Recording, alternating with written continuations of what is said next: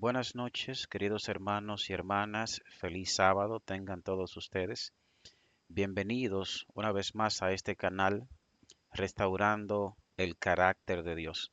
En esta ocasión estaremos presentando un tema como de costumbre, también referente al carácter de Dios, un tema de mucha importancia, al igual que todos los demás temas. Este tema se titula Cayeron los muros. Pero antes de presentar este tema, quisiera que por favor nos acompañen en oración. Padre nuestro que moras en las alturas de los cielos, Padre, te damos las gracias por una vez más permitirnos entrar en tu reposo. Pedimos, Señor, la presencia de tu Santo Espíritu en nosotros, Señor. Perdona nuestros pecados. Ayúdanos a comprender tu palabra y que este tema que se va a presentar ahora sea presentado con razonamientos que vengan de ti, palabras tuyas, Señor, y no palabras mías. En el nombre de Jesús. Amén. Bien, hermanos, cayeron los muros, un tema de vasta importancia, y es que aquí estaremos estudiando con este tema dos expresiones, estaremos haciendo hincapié, ¿verdad?, en dos expresiones que aparecen en el libro de Josué, en el capítulo 5 y el capítulo 6. Estaremos hablando de los muros de Jericó, ya que eh, una gran cantidad de personas entienden que los muros de Jericó cayeron porque los ángeles de Dios fueron y derrumbaron los muros con sus propias manos, aniquilando así a varias personas. Entonces, este es uno de los eventos en donde se muestra o se ve a Dios como ejecutando la obra de destrucción o enviando a sus ángeles o al mismo Cristo haciendo la obra destructora. Por eso es importante que nosotros analicemos, pero es un tema profundo, de manera que no estaremos analizando todos los puntos que presenta la Biblia concerniente al tema y el espíritu de profecía, pero sí analizaremos dos expresiones que son de gran importancia que nosotros las analicemos, pero con la palabra de Dios. O sea, no analizar estas expresiones con nuestro entendimiento, nuestro razonamiento, sino con la misma palabra de Dios y a la altura del testimonio del Hijo de Dios. O sea, estaremos analizando estas expresiones bajo el foco, bajo el lente de la vida de Cristo Jesús. Cayeron los muros, y es que en el libro de Josué, Josué, sucesor de Moisés, Moisés había fallecido. Fallece Moisés, entonces se levanta, se indica a Josué como líder del pueblo de Israel. Ya aquí, una vez más, se encuentran eh, en las afueras, en las orillas de la Canaán terrenal, el cual es la tierra prometida, la tierra que Dios había prometido al pueblo de Israel, ¿verdad? Que se la daría.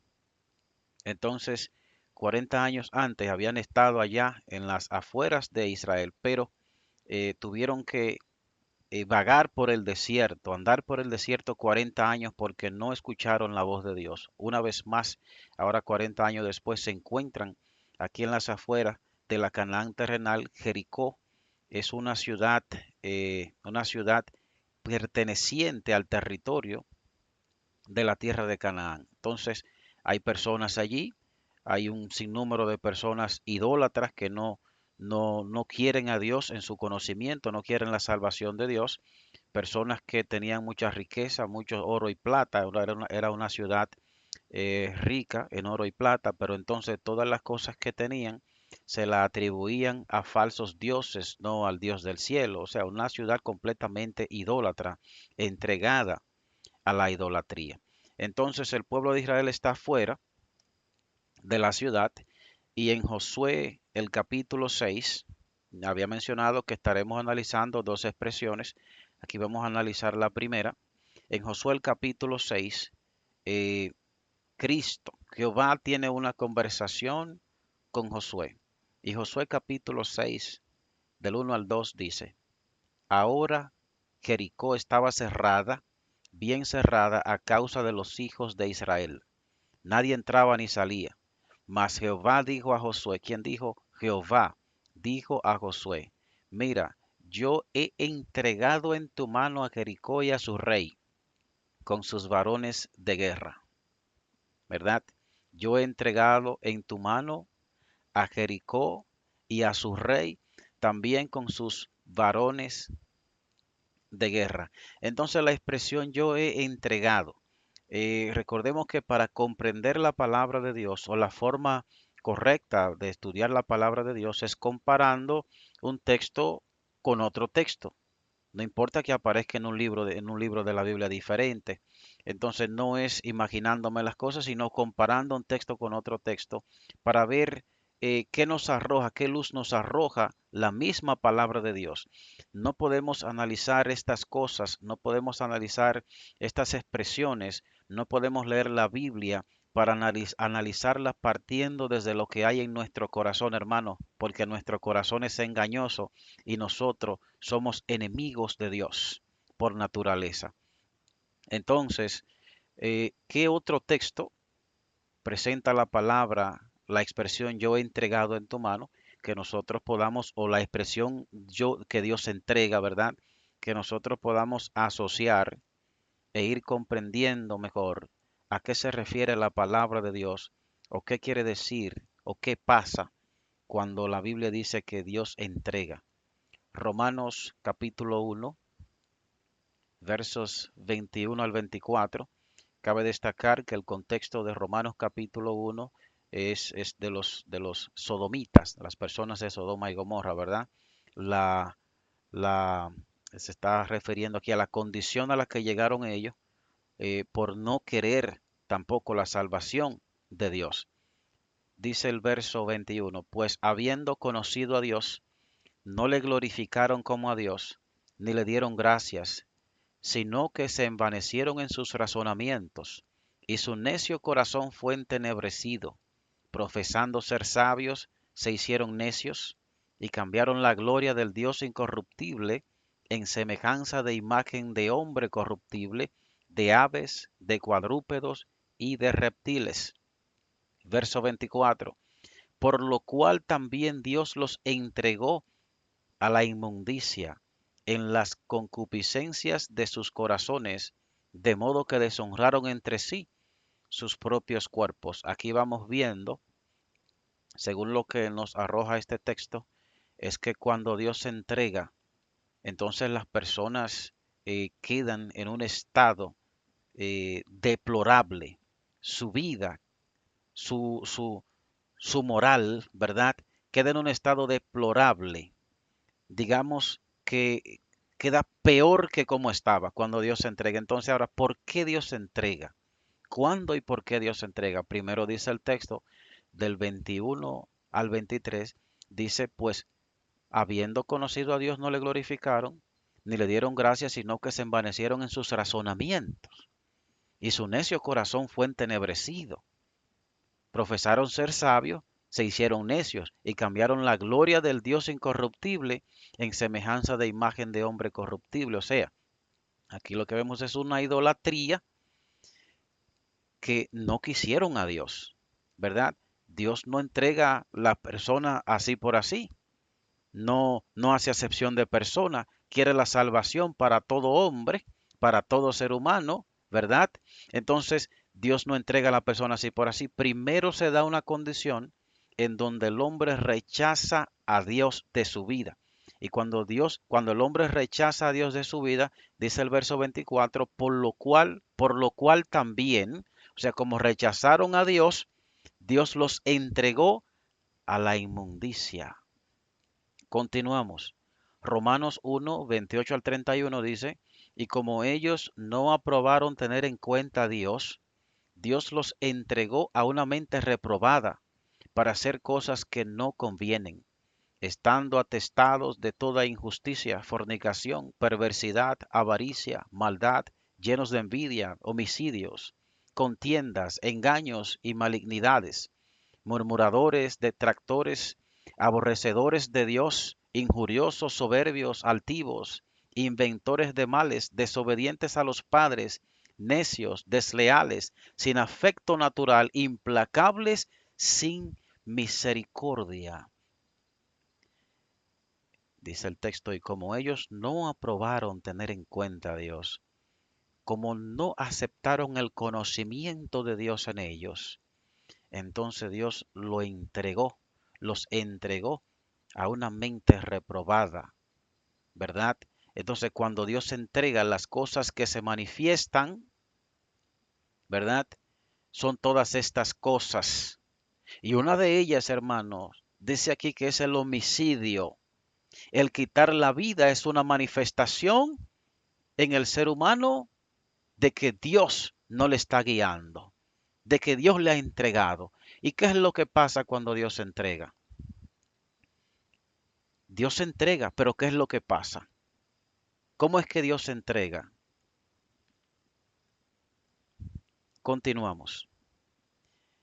En Primera de Samuel, capítulo 24, verso 4 dice, y los hombres de David le dijeron, mira, este es el día del que te habló el Señor.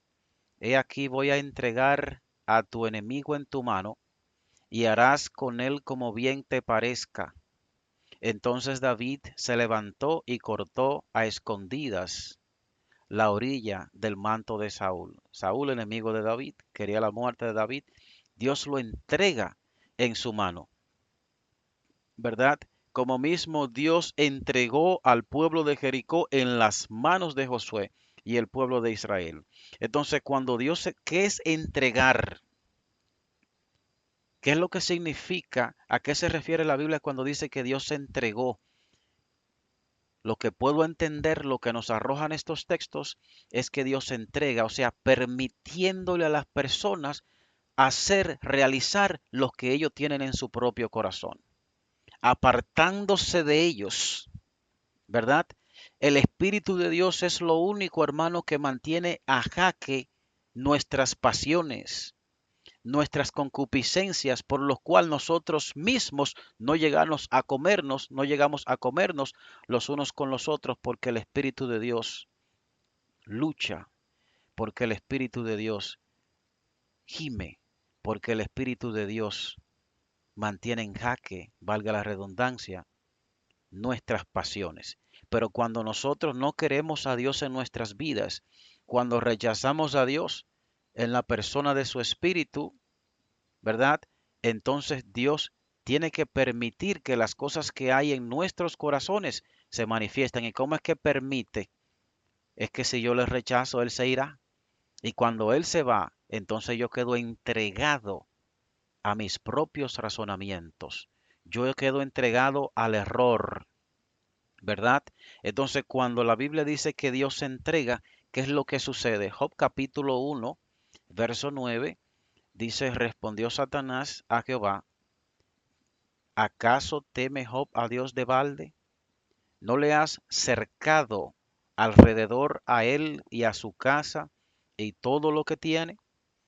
Al trabajo de sus manos has dado bendición, por tanto sus bienes han aumentado sobre la tierra. Aquí nos muestra la Biblia que Dios, el libro de Job comenzando, ¿verdad? En el primer capítulo nos presenta que había en la tierra un hombre llamado Job que era perfecto y recto, temeroso de Dios y apartado del mal. La misma Biblia nos enseña que ser temeroso de Dios es guardar sus mandamientos. Pues como Job guardaba los mandamientos de Dios, incluyendo el sábado como día de reposo, entonces Job y todo lo que tenía, todos sus hijos, todos sus bienes, incluso sus animales, tenían un cerco. Por eso le dice Satanás a Dios, no le ha cercado alrededor, tenía un cerco protector, porque los mandamientos de Dios, porque la ley de Dios viene a ser como un cerco que protege al individuo cuando acepta sus mandamientos. Se convierte en un cerco protector y debido a ese cerco protector, el enemigo no podía llegarle. Por eso le dice, tú le has cercado, le has puesto ese cerco protector a él y todo lo que tiene. Por eso todo lo que él tiene, todos sus bienes aumentan. No obstante, en Job capítulo 16, verso 11, dice Job, me ha entregado Dios al mentiroso y en las manos de los impíos me hizo caer. O sea, Dios también entregó a Job en manos del enemigo. Pero ¿qué fue lo que hizo Dios para que Job quedara entregado en manos del enemigo? Quitó el cerco protector, quitó la protección. ¿Qué fue lo que hizo Dios cuando entregó a Saúl en manos de David? Quitó la protección. ¿Pero por qué quitó la protección de Saúl? Porque Saúl no era cristiano, porque Saúl nunca quiso el conocimiento de Dios, nunca quiso a Dios en su vida. Y como no era cristiano, como era un hombre de guerra, un hombre preparado para la batalla, por eso lo eligió el pueblo de Israel, exactamente. O sea, esa fue una de las características que a ellos más le llamó la atención, que era un super guerrero, que con la espada era un experto. No buscaron un rey que temiera a Dios ni se sujetara a la voluntad de Dios. Entonces, Saúl finalmente, como no quiso a Dios en su vida, no siguió los dictámenes no siguió los dictámenes del Todopoderoso, queda entregado en las manos de David. Dios quita la protección cuando entrega. El Espíritu de Dios se aleja cuando Dios se entrega. Los ángeles de la misericordia, los ángeles protectores se alejan del ser humano cuando Dios se entrega. Bien, entonces las personas quedan en manos de sus enemigos, quedan en manos de la destrucción, quedan a merced de los poderes destructores que son ejecutados por los ángeles malvados. Josué capítulo, Josué capítulo 5, versos del 13 al 15. Josué 5, del 13 al 15. Hay otra expresión que es necesario que nosotros analicemos. Esta es la segunda expresión. Antes de entrar en el capítulo 6, en el capítulo 5, miren lo que sucede. Dice, estando Josué cerca de Jericó, alzó sus ojos y vio un varón que estaba delante de él, el cual tenía una espada desenvainada en su mano. Y Josué, yendo hacia él, le dijo, ¿eres de los nuestros o eres de los nuestros o de nuestros enemigos? Él respondió, no, mas como príncipe del ejército de Jehová he venido ahora. Entonces Josué, postrándose sobre su rostro en tierra, le adoró y le dijo, ¿qué dice mi señor a su siervo? Y el príncipe del ejército de Jehová respondió a Josué, quita el calzado de tus pies porque el lugar donde estás santo es o es santo. Y Josué así lo hizo. Aquí se le aparece a Josué, el príncipe del ejército de Jehová, quien es nada más y nada menos que Cristo Jesús en su persona divina, pero se le aparece con una espada desenvainada en su mano. Bien, ¿por qué analizar la expresión la espada desenvainada en su mano? Porque cuando leemos esto, cuando el ser humano lee este tipo de expresión, este tipo de texto, ¿verdad? Poniendo a Dios a la altura de lo que nosotros somos, o a la bajeza de lo que nosotros somos, en otras palabras. Entonces ya el ser humano se está imaginando a Cristo con una espada en la mano atravesando personas, cortando cabeza, quitando vida incluso a niños, jóvenes y viejos. Y entonces ahí se ve que Cristo mismo en el Antiguo Testamento ejecutaba matanza. No, hermanos, esto es un simbolismo. La espada desenvainada debe significar algo, pero nunca lo que nuestra mente perversa nos trae. Nunca va a significar lo que el enemigo sugiere a nuestra mente que creamos con este simbolismo. Entonces, espada desenvainada. En Isaías, la espada, ¿verdad? Analizando texto con texto sobre la espada, Isaías capítulo 34, verso 5 dice, porque mi espada está embriagada en el cielo. He aquí descenderá para hacer juicio sobre Edom y sobre el pueblo que yo he dedicado a la destrucción.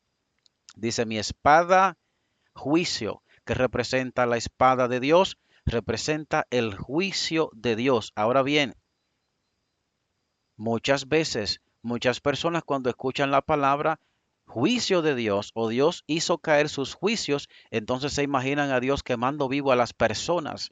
Se imaginan a Dios mandando agua, Él dirigiendo las aguas para que las aguas ahoguen a todo ser humano en la faz de la tierra, ¿verdad? Se imaginan a Dios haciendo temblar la tierra. Cuando escuchan la expresión juicio de Dios, se imaginan a Dios mandando el cáncer, mandando la diabetes, mandando el terremoto, haciendo que caigan techos sobre cientos de personas, quitándole la vida. Pero déjame decirte que si te lo has imaginado así, estás equivocado.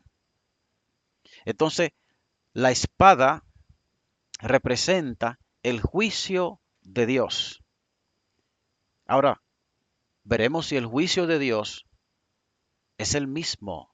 Veremos si la justicia de Dios es la misma justicia del hombre. Santiago capítulo 1, del 19 al 20 dice, por esto, mis amados hermanos, todo hombre sea pronto para oír, tardo para hablar, tardo para airarse. Oiga, ¿por qué? Porque la ira del hombre no obra la justicia de Dios. Hermanos, ¿qué es lo que hace el hombre en su ira? Cuando el hombre se aira, se enoja, ¿qué es lo que hace? El hombre golpea, el hombre maldice, el hombre desea la muerte, el hombre mata a sus semejantes. El esposo le quita la vida a la esposa le quita la vida al esposo. El hombre en su ira mata y destruye, pero me dice aquí que la ira del hombre no obra la justicia de Dios. O sea, que lo que el hombre hace en su ira no es lo que hace Dios. ¿Saben por qué? Porque los caminos de Dios no son los caminos de los hombres. Bien, entonces la espada representa el juicio de Dios, representa la justicia de Dios ante el pecador, que no es la misma que la justicia del hombre. Porque el hombre en su ira mata y destruye, pero ¿qué hace Dios en su ira? El hombre en su ira viene, destruye y mata, pero ¿qué hace Dios en su ira? Hermanos, tenemos que encontrar eso en la Biblia. No podemos imaginarnos a Dios con más crueldad que el mismo hombre o que el mismo enemigo. Primera de Crónicas, capítulo 21, versos del 11 al 12. Primera de Crónicas 21 nos narra el evento del censo que realizó David al pueblo de Israel, cuyo objetivo era la guerra, cuyo objetivo era el derramamiento de sangre, cuyo objetivo de ese censo era la matanza. Y dice el verso 11, y viendo Gad a David, o sea, David hizo un censo, el cual fue pecado. Entonces, por haber realizado el censo y ser pecado, Dios le envía este mensaje. Y dice, y viendo Gad a David le dijo, así ha dicho Jehová, escoge para ti o 3 años de hambre, o por 3 meses ser derrotado delante de tus enemigos con la espada de tus adversarios, o por 3 días la espada de Jehová, esto es la peste en la tierra, y que el ángel de Jehová haga destrucción en todos los términos de Israel. Mira pues que responderé al que me ha enviado. Entonces, dice, mira pues que responderé al que me ha enviado. Ese es el mensajero que le dice a David. Entonces, aquí nos muestra la Biblia que la espada de Jehová es la peste, son las enfermedades en la tierra. Bien, o sea, la espada de Jehová no es que Cristo, no es que sus ángeles desciendan literalmente con espada. No tiene sentido. ¿Saben por qué no tiene sentido? Porque cuando Pedro sacó la espada y le cortó la oreja al soldado romano, Cristo le dijo, guarda tu espada, porque al que espada hiere, a espada será herido, ¿verdad? Y entonces pegó nuevamente de forma milagrosa la oreja de esa persona. No obstante, esa persona le buscaba para apresarle y que posteriormente le dieran muerte. ¿Qué hizo Cristo con sus enemigos? Hermano, le devolvió la oreja. ¿Qué hace Cristo con sus enemigos? Según lo que dice Mateo 5 en el Sermón del Monte, Cristo ama a sus enemigos. Dios ama a sus enemigos. No los destruye, no los castiga con dolor, no le mata, hermano, no le quita la vida, porque Dios ama a sus enemigos. Entonces, la espada de Jehová me muestra la Biblia que es la peste, las enfermedades que vienen a la tierra. Bien, entonces le dice a David, escoge uno de estos. Entonces, seguimos viendo aquí que la espada de Jehová representa el juicio de Dios, representa la justicia de Dios, representa la ira de Dios, y lo que se manifiesta con la espada de Jehová es la peste en la tierra. Ahora bien, veremos si la espada de Jehová, si la peste en la tierra es enviada directamente por Jehová. Veremos si la peste en la tierra, veremos si las enfermedades, veremos si los terremotos, si los ciclones, veremos si la destrucción viene cuando Jehová se acerca. Levítico capítulo 26 también nos presenta un texto, ¿verdad? Una expresión sobre la espada. Levítico 26, 23 al 25 dice, y si con estas cosas no fuereis corregidos, sino que anduviereis conmigo en oposición, escuchen hermano, en oposición, yo también procederé en contra de vosotros y os heriré aún 7 veces por vuestros pecados. ¿Cómo es que Dios hiere? Porque es que si leemos la Biblia que dice, y yo os heriré 7 veces por vuestros pecados, no podemos imaginarnos a Dios Él con sus propias manos causando los males. Dice aquí, traeré sobre vosotros espada vengadora, de manera que Dios hiere con la espada vengadora. Dice en vindicación del pacto, y si buscareis refugio en vuestras ciudades, yo enviaré pestilencia entre vosotros y seréis entregados en manos del enemigo. Aquí hay una conexión de las dos expresiones que venimos analizando. En el verso 25 me menciona la espada vengadora y en ese mismo verso me dice que la espada vengadora es la pestilencia, como vimos ya en el texto anterior. De manera que la espada de Jehová representa el juicio, representa la justicia de Dios ante los adversarios, ¿verdad? La espada de Jehová es la peste, son las enfermedades, son los elementos destructores que se manifiestan en la tierra. Entonces, cuando se manifiesta la espada de Jehová, la persona queda entregados en manos del enemigo. ¿Y quién es nuestro enemigo, hermano? Nosotros lo sabemos.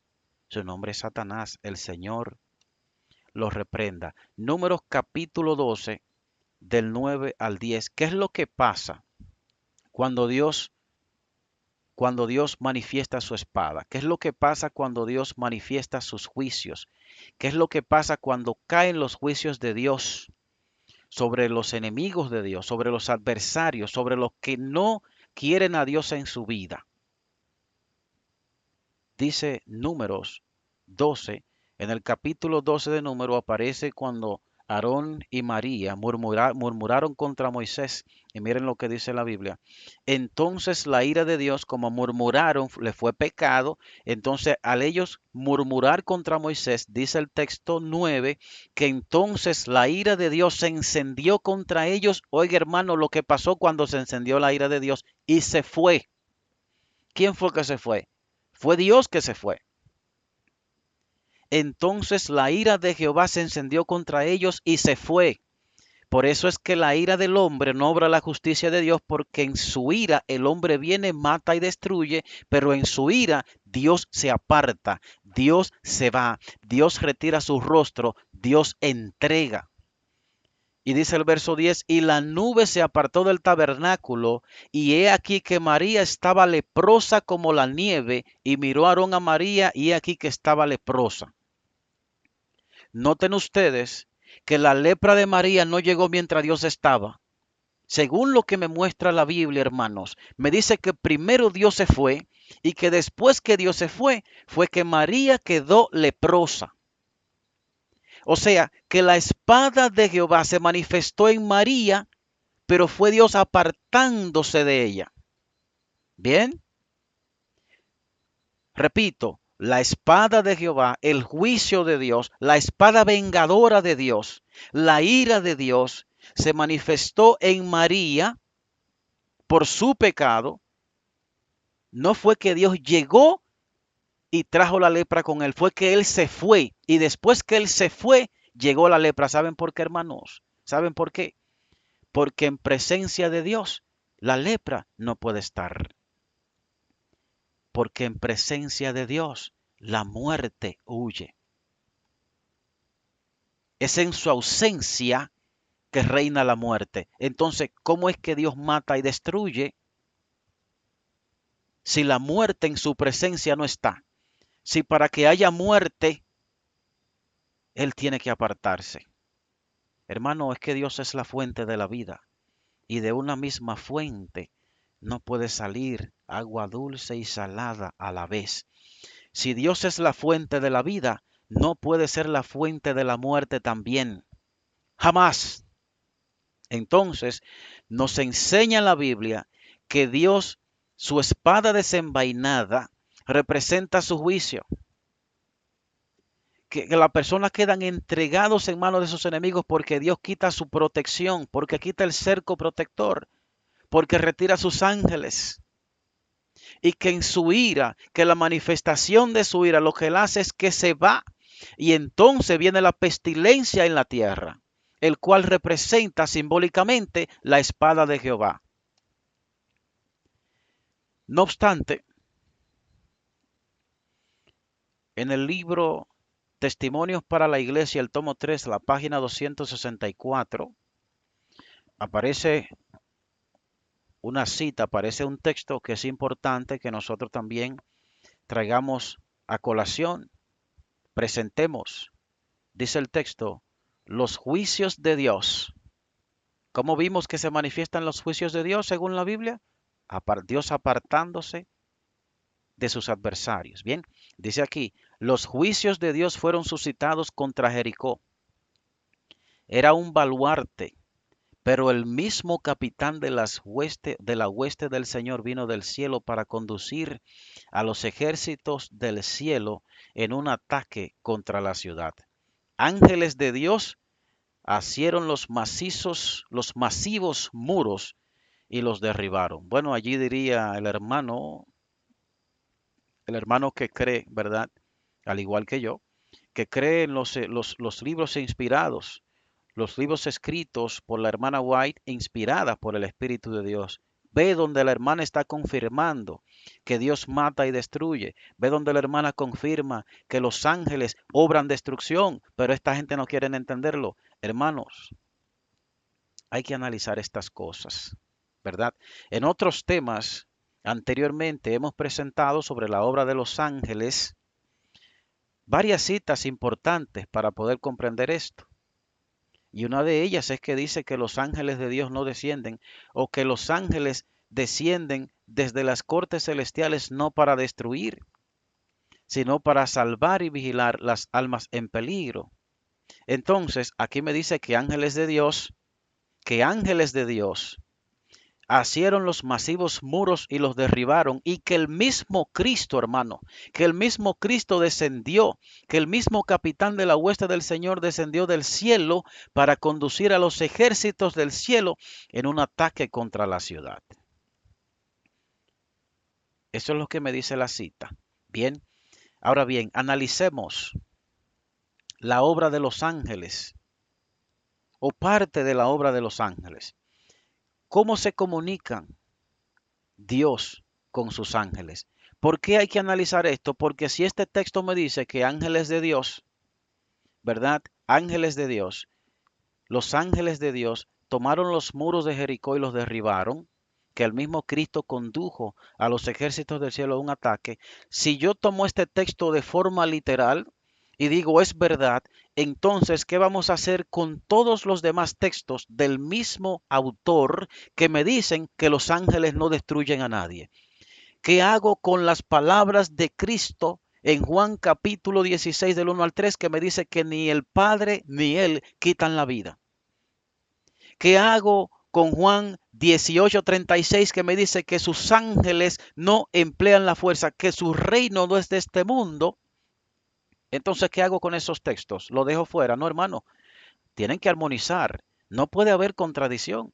No podemos dejar ningún texto fuera porque parezca contradecir lo que queremos presentar y por eso ese texto aparece en sus pantallas. Entonces, ¿cómo se comunica Dios con sus ángeles? Dice aquí, vi 4 ángeles que habían de hacer una labor en la tierra. Esta visión aparece en el libro Primeros Escritos también.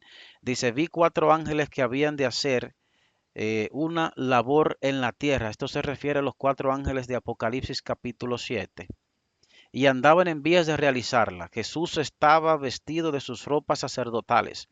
Miró compasivamente al pueblo remanente y alzando las manos exclamó con voz de profunda piedad, mi sangre, Padre, mi sangre, mi sangre, mi sangre.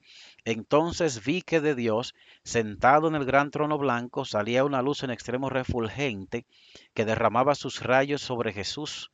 Después vi un ángel comisionado por Dios, o por Jesús, perdón, para ir rápidamente a los 4 ángeles que tenían determinada labor que cumplir en la tierra. Y tremolando, eso quiere decir agitando, moviendo algo en su mano, clamó en alta voz, deteneos, deteneos, deteneos, hasta que los siervos de Dios estén sellados en sus frentes. En esta cita entonces viene la explicación de esta visión que la hermana White recibió. Dice ella, le pregunté a mi ángel acompañante el significado de lo que oía y que iban a ser los 4 ángeles. Me respondió, escuchen bien hermanos, abra bien su oído, me respondió que Dios era quien refrenaba las potestades del mundo y que encargaba a sus ángeles de todo lo relativo a la tierra. O sea, que Dios encarga a sus ángeles de todo lo que tiene que ver con proteger a los seres humanos y que sus ángeles refrenan, que sus ángeles mantienen en jaque a las potestades de las tinieblas que quieren obrar nuestra destrucción. Recuerden que el enemigo y sus demonios andan como leones rugientes. La Biblia dice, él anda como león rugiente, pero sus ángeles ejecutan sus órdenes, sus ángeles caídos, y andan como leones rugientes buscando a quien devorar. Pero es Dios quien encomienda a sus ángeles para que esto no suceda. Dice que encarga a sus ángeles de todo lo relativo a la tierra, que los 4 ángeles tenían poder de Dios para retener los 4 vientos y que estaban ya a punto de soltarlos, pero mientras aflojaban las manos y cuando los 4 vientos iban a soplar, los misericordiosos ojos de Jesús vieron al pueblo remanente todavía sin sellar y alzando las manos hacia su Padre intercedió con él, recordándole que había derramado su sangre por ellos. En consecuencia, en consecuencia, se le mandó a otro ángel que fuera velozmente a decir a los 4 que retuvieran los vientos hasta que los siervos de Dios fuesen sellados en la frente con el sello del Dios vivo. Entonces, vemos aquí que hay ángeles de Dios en la tierra reteniendo, impidiendo, aguantando la destrucción. Bien, hay ángeles de Dios en la tierra deteniendo los elementos destructores que quieren ser ejercidos por los ángeles malvados. Pero mientras estos 4 ángeles de Dios están haciendo esta labor en la tierra, los vientos iban a ser soltados, según lo que nos presenta sueltos, ¿verdad? Según lo que nos presenta esta visión. Pero el pueblo de Dios todavía no tenía el carácter de Dios El remanente no tenía el carácter de Dios. Cristo intercede una vez más y dice mi sangre, mi sangre, mi sangre. Y entonces en consecuencia a esta intercesión se le encomienda a otro ángel que fuera velozmente. Lo que queremos responder es la pregunta, ¿cómo se comunica Dios con sus ángeles? Los ángeles que están en la tierra protegiendo a los seres humanos. Los ángeles que están en la tierra protegiéndonos, hermanos, para que nosotros no perezcamos, porque esa es la obra de Dios, protegernos independientemente de lo que creamos o no, para que nosotros escuchemos el mensaje de salvación y sepamos que a pesar de que por la entrada del pecado el mundo está a punto de convulsionar, el planeta Tierra está a punto de convulsionar, está a punto de ser entregados en manos del enemigo. Hay un Dios, hermano, que dio el cielo entero para salvarte a ti y para salvarme a mí, pero que tenemos que aceptarle por convicción, que tenemos que decirle que sí al Hijo de Dios, que tenemos que abrazar la salvación que viene de Dios manifestada en Cristo, pero que sus ángeles, mientras eso sucede, nos protegen de los elementos destructores. No los envía Dios los elementos destructores, Dios nos protege. La destrucción está encima de nosotros, pero los ángeles de Dios están allí impidiendo que caiga en su totalidad. Bien, pero esos ángeles que nos están protegiendo, cuando la gracia se le acaba a una persona, cuando la gracia se le acaba a un grupo de personas o familia, ¿cómo se comunica Dios con el ángel que está en la tierra protegiendo? Se comunica enviando otro ángel. Ahora, el mensaje que ese otro ángel trae no es un mensaje bueno para el ser humano, porque va a quedar entregado en manos de ángeles destructores, quienes utilizan los mismos elementos que los ángeles de Dios están impidiendo que lleguen. Entonces, Dios encomienda a otro ángel o ángeles que vengan y den el mensaje, ¿verdad? Entonces, esta cita aparece en Testimonios Selectos, el tomo 1, página 100, párrafo 2. Respondimos las preguntas, hermanos. Esto es paso por paso, recordemos, ¿verdad? Dios se comunica con los ángeles que están aquí protegiéndonos, enviando ángeles del cielo que vienen a dar órdenes, que vienen a decir esto y esto. Bien, no se comunica por telepatía, no se lo pone en la mente, le manda un mensaje con otros ángeles. Entonces, miren un texto que aparece en la carta número 30 del 1982, el párrafo 29 del Espíritu de Profecía, claro. Dice: Jesús toca, le abrirás la puerta, se verá obligado a escribir sobre el dintel de la puerta, en lugar de la sangre que limpia de todo pecado, la frase que te deja al poder de los ángeles destructores. ¿Cuál es esa frase? Aquí me dice el texto que Jesús toca la puerta, y Apocalipsis capítulo 3 dice: yo estoy a la puerta y llamo, si alguno abre, yo entraré y cenaré con el hermano. Cristo está tocando la puerta de su corazón, de tu corazón, en su persona divina ahora mismo. Déjale entrar en el nombre de Jesús. Ahora, si Cristo toca y no le dejamos entrar, Cristo toca y no le dejamos entrar, Cristo toca y no le dejamos entrar, un día la expresión sale. Pero ¿cuál es la expresión que sale? Está unido a sus ídolos, ángeles guardianes, déjenlo solo. Ahora, ¿cómo viene esa expresión? ¿Cómo da Cristo la expresión? Ángeles de Dios vienen desde lo alto a dar el mensaje a los ángeles guardianes.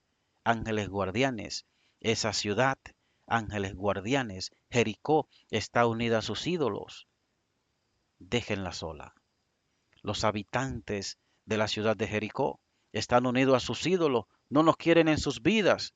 Penosamente y con lágrimas en los ojos, déjenlo solo, abandónenlo, porque es que no lo quieren en sus vidas. Entonces, esa es la expresión que deja al ser humano a merced de ángeles destructores. Pero esa expresión no viene volando por el aire sola. viene en un ángel. Un ángel trae ese mensaje para comunicarlo a los ángeles protectores en la tierra, porque es que la destrucción, los elementos destructores, las pestilencias están encima de nosotros y es porque Dios lo impide que nosotros vivimos.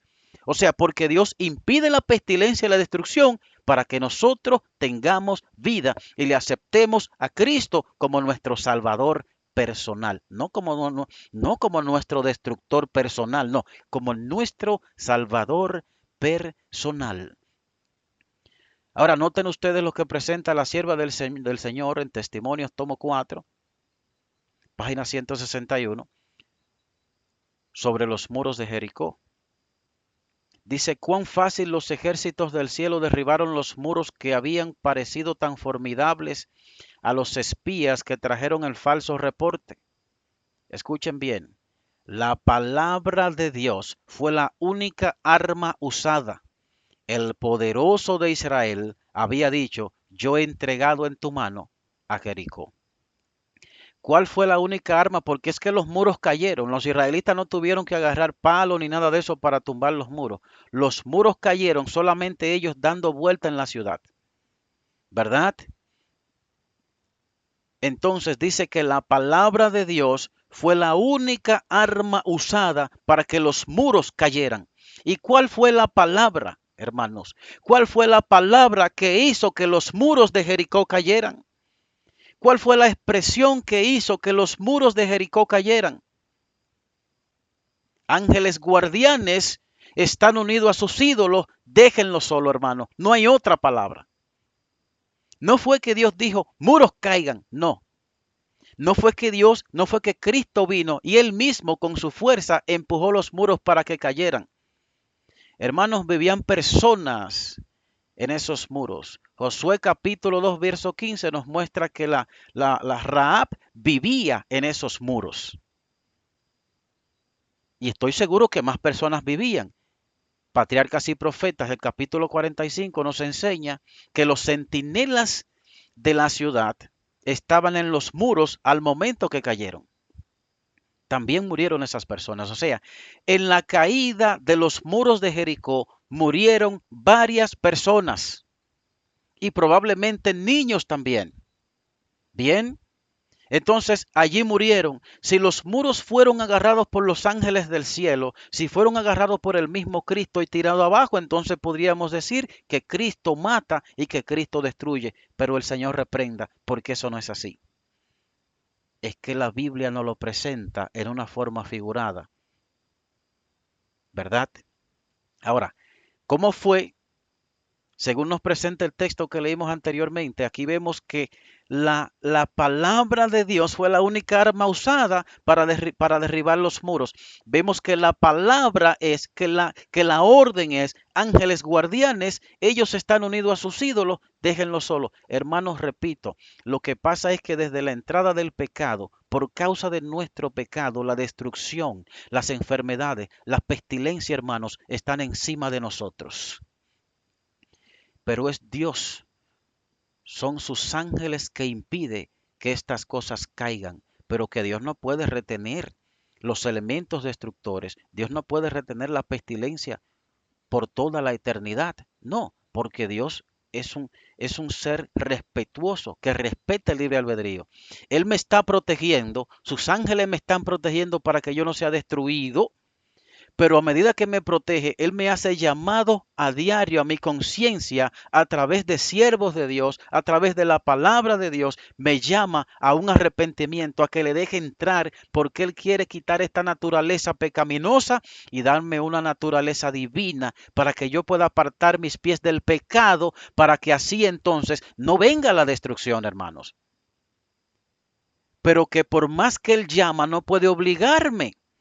Y que si yo le rechazo y le rechazo, algún día se ve obligado a abandonarme y penosamente, con dolor en su corazón, tiene que mandar a comunicar al ángel que me protege ángeles guardianes o ángel guardián, él está unido a sus ídolos, déjalo solo. Pues cuando viene esa palabra y llega, el ángel se retira, y cuando el ángel se retira, los elementos destructores, las enfermedades que están encima de mí, entonces caen sobre mí.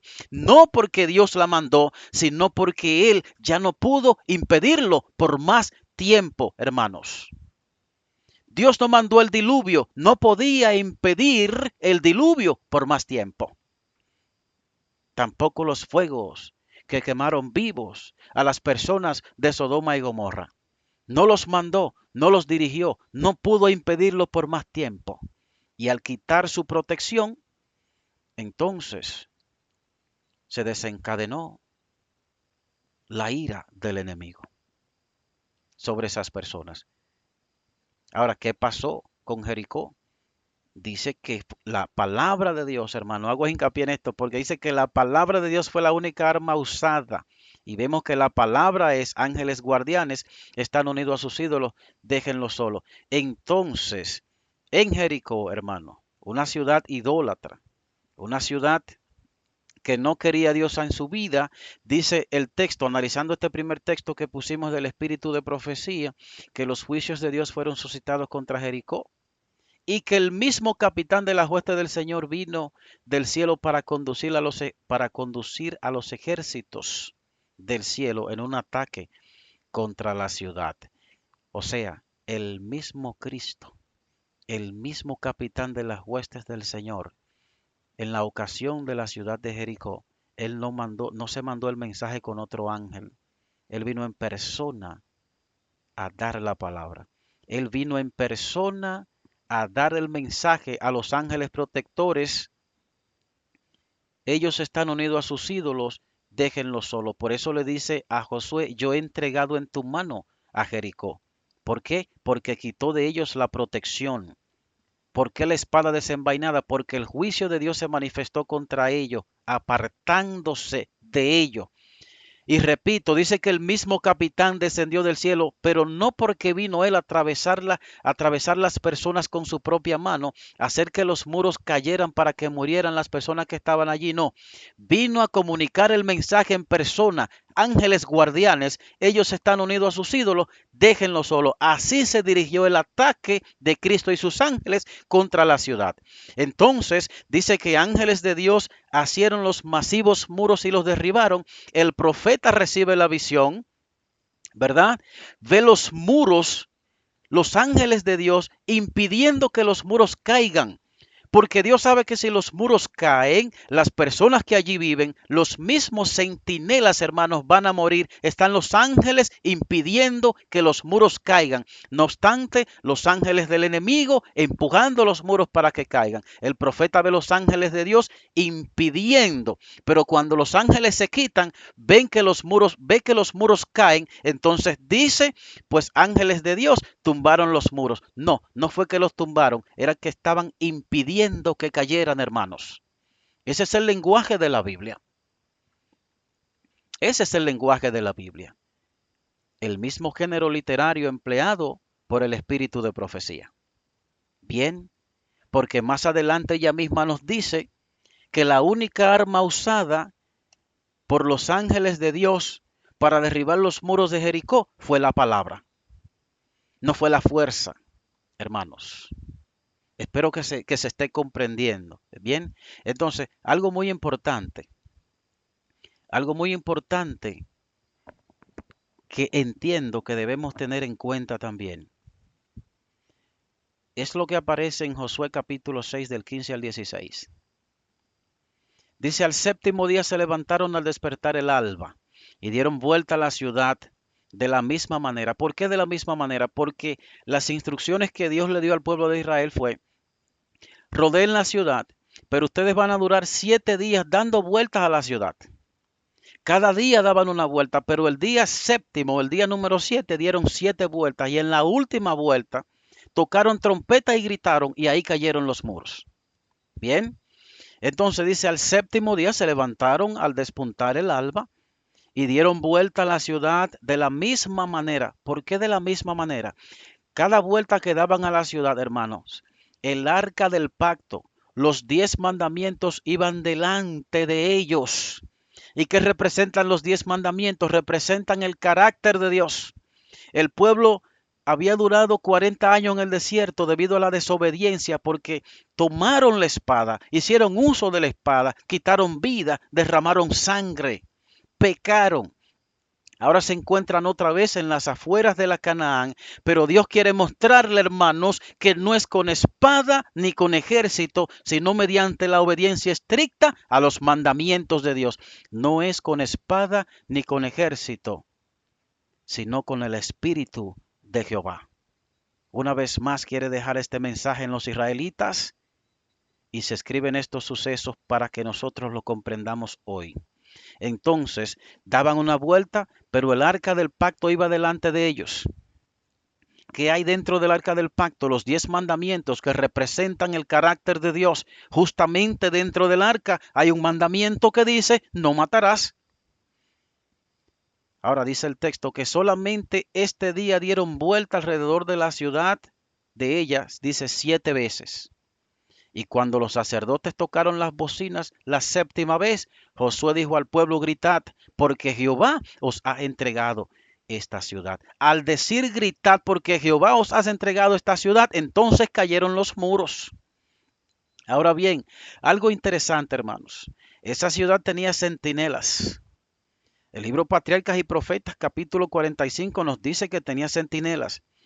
Y que los centinelas que se colocan en las alturas de la torre, en los muros de la ciudad, para ver lo que viene de afuera, para ver lo que amenaza la vida y la protección de las personas que están dentro de la ciudad. Los centinelas vieron al pueblo de Israel cuando dieron la primera, la segunda, la cuarta, la quinta y la sexta vuelta y se preguntaban, pero ¿qué es lo que está pasando? Los centinelas estaban en la ciudad para comunicar al pueblo lo que estaba pasando afuera, de manera que el pueblo se enteró. El pueblo de Jericó, dentro de los muros, que no salía nadie, se enteró de lo que estaba pasando afuera. ¿Qué mensaje quería Dios transmitir al corazón de las personas de Jericó? ¿Qué mensaje? ¿Por qué el arca del pacto iba adelante cada vez que daban una vuelta? Hermanos, Dios quería que ellos entendieran que la destrucción estaba encima de ellos, que su idolatría estaba al punto de separarlos de Dios. Y que separándolos de Dios, Dios quitaría la protección que le había puesto, como lo hace con todo el mundo, con la obra de sus ángeles. Dios quería que ellos comprendieran el mensaje de salvación y se arrepintieran de su idolatría y se allegaran a Dios por amor, sabiendo que lejos de Dios iban a perecer porque los muros iban a caer, porque los ángeles de Dios no iban a poder retener la caída de los muros por más tiempo. Pero ellos no comprendieron este mensaje. Ellos entendieron lo mismo que entendió Faraón, medir fuerza, no se arrepintieron. Bien, Dios quería salvar al pueblo de Jericó porque el propósito de Dios es salvar a todo hombre. Dios no quiere que ningún hombre se pierda, hermanos. Entonces, ¿por qué dando vueltas? Cada vuelta, hermanos, era un llamado de Dios a Jericó al arrepentimiento. Pero no comprendieron. Pero mucho menos comprendió el pueblo de Israel porque después que cayeron los muros, entraron a la ciudad y hasta los niños le metieron la espada. Ahora, ¿se salvó el pueblo de Israel? No, no. A espada y fuego pereció. Entonces, yo he entregado esta ciudad, quiere decir, la protección de esta ciudad ya no está. Pero cada vuelta, hermano, con el arca del pacto por delante, era un mensaje, era un llamado al arrepentimiento de parte de Dios al pueblo de Jericó, porque ellos sabían lo que pasaba afuera. Dios le estaba comunicando a ellos, la destrucción está aquí, la destrucción está a punto de caer sobre ustedes, no me saquen de sus vidas para que no perezcan, he venido a salvarle, no a destruirle. Hermano, y los muros, la peste en la tierra está a punto de caer sobre nosotros, ¿verdad? La destrucción está a punto de caer sobre nosotros. La tierra está a punto de convulsionar. La tierra está a punto de ser entregada en manos del enemigo por causa del pecado del ser humano. Pero Dios hoy nos hace este llamado. Ven a mí, abre la puerta para yo entrar, para que no seas destruido, para que no perezcas en las plagas que Dios permitirá que el enemigo cree en la tierra contra los hombres y contra las bestias. ¿Saben por qué el enemigo crea las plagas, hermano? Porque no es Dios. ¿Saben por qué? Porque Dios no mata y Dios no destruye. La destrucción está encima de nosotros. Los ángeles de Apocalipsis capítulo 7 verso 1 ya no pueden contener más los vientos violentos y nuestras pasiones. Pero Dios, como mismo llamó a Jericó, hoy te llama a ti y me llama a mí a un verdadero arrepentimiento, pero no arrepentimiento por miedo, sino por amor, porque Dios no mata, hermanos, Dios no destruye. Hermano, que Dios te bendiga y será hasta la próxima.